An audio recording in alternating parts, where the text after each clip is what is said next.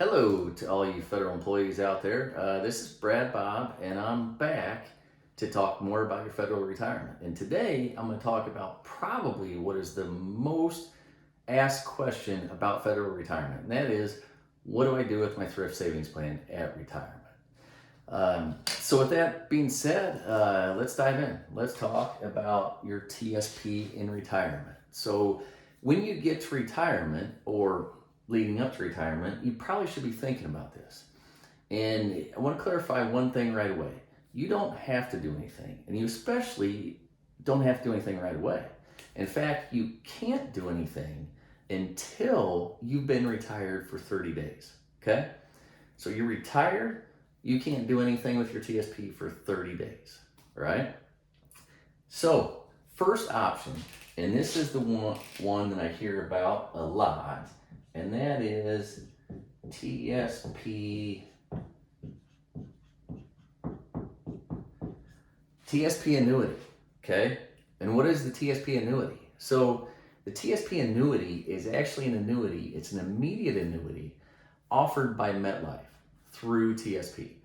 And what that means, what that does for you, is you take your lump sum, okay? Let's say you have $500,000 in TSP. You take that and you give it to MetLife. MetLife says, thanks, we appreciate it.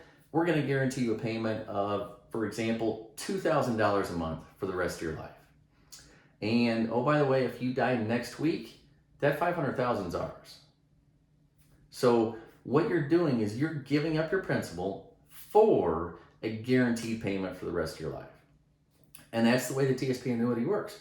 Now, there are different combinations of TSP annuities, so you can get a lifetime annuity with return of principal. You can get a joint lifetime annuity for you and your spouse. You can get lifetime with 10-year period certain. And each one of those things that you add on is going to reduce your $2,000 a month. So if you make it joint, then they may give you $1,800 or $1,700 a month versus $2,000 a month. But regardless of what option you take, your TSP immediate annuity involves taking a lump sum, giving it to an insurance company, and them guaranteeing you a payment for a certain period of time. Okay? So that's how the TSP annuity works. Now, is the TSP annuity a fit for you? That's up to you to decide. To give you a little bit of information, FERS retirement is based on three different things. People call it the three-legged stool. You've got your FERS annuity, you've got Social Security, and you've got, boom, your TSP. Okay? Those are the three things. Now, what do Social Security and your FERS annuity have in common? They're both guaranteed, right? And they both have cost of living adjustments. Now, after the age of 62, but they're both guaranteed for the rest of your life. So do you really want to give up access to all of your TSP to give to an insurance company in order to guarantee a payment? And I would say a lot of times that's just not a good fit.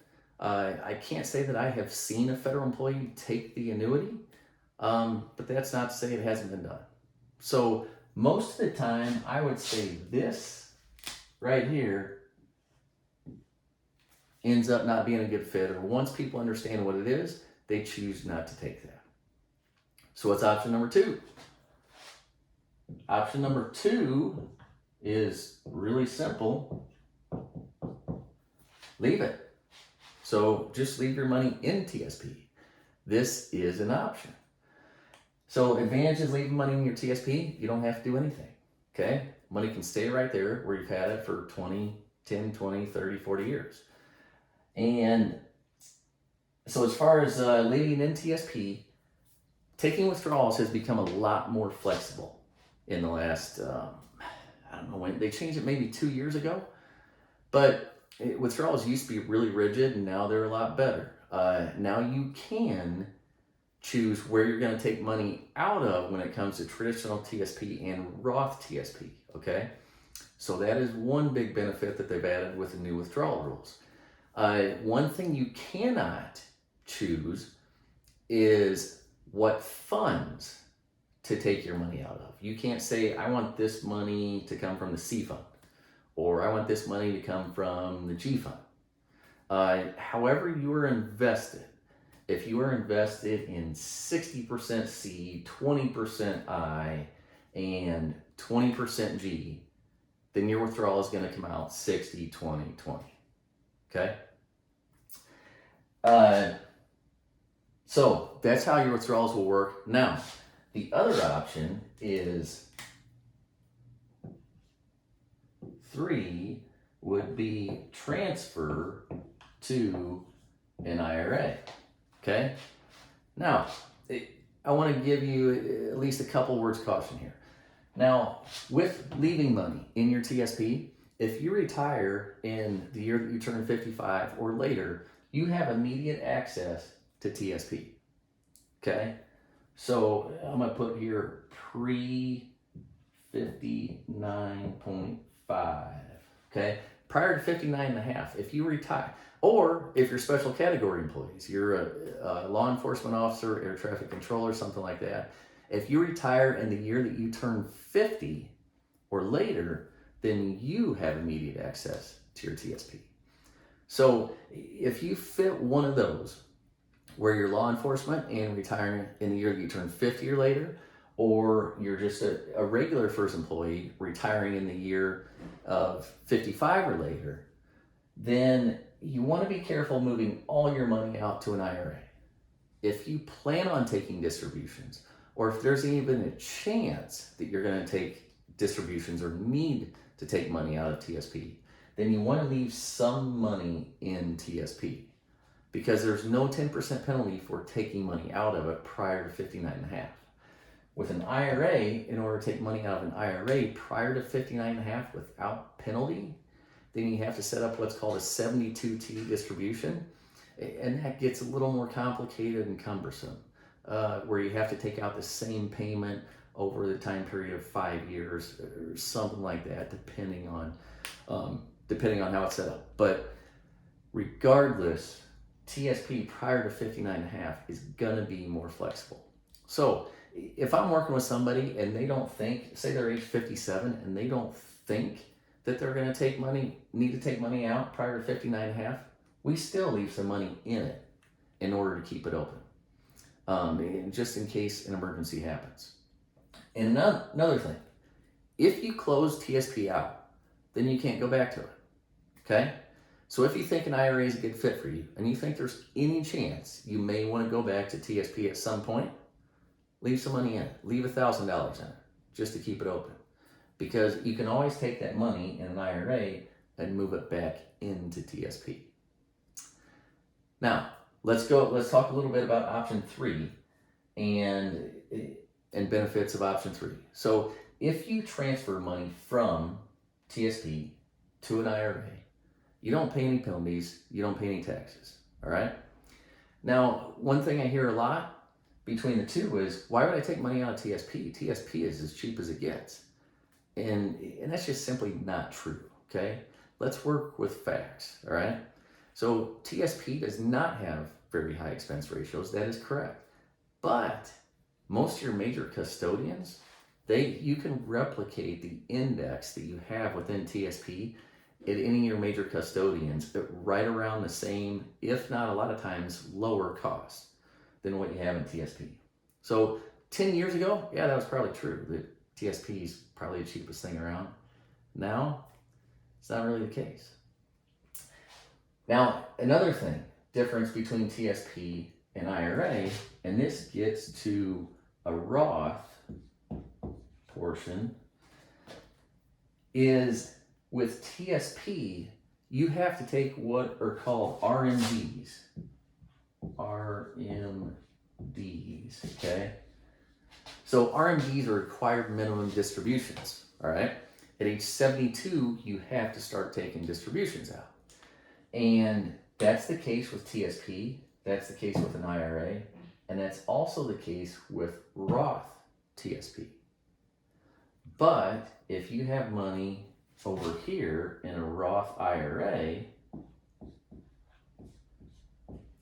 you do not have to take distributions at the age of 72.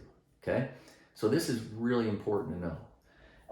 And the reason being, because a lot of times people with money in a Roth IRA, they end up leaving that Roth IRA money there as long as they can. Why? Because that money is growing income tax free and it comes out income tax free. Therefore, they leave that money there to grow and then pass on to beneficiaries. And then when it passes on to beneficiaries, they can even leave it there, most likely for a period of 10 years after a person's death.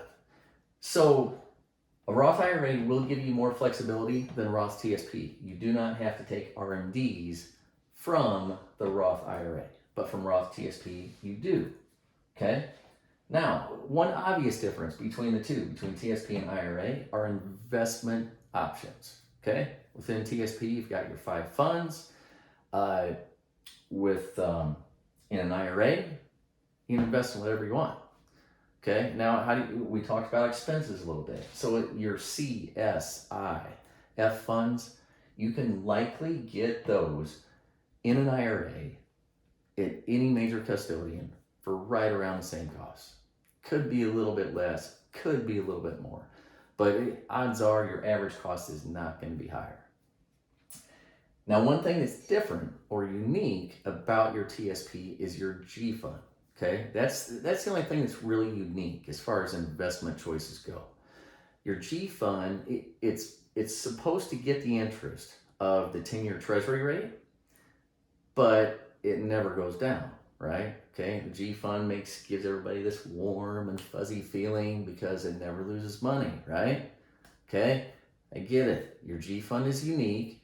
And really what your G fund is that's your very short-term bond holdings. That's a way to look at that. Your G fund, you cannot replicate that in an IRA.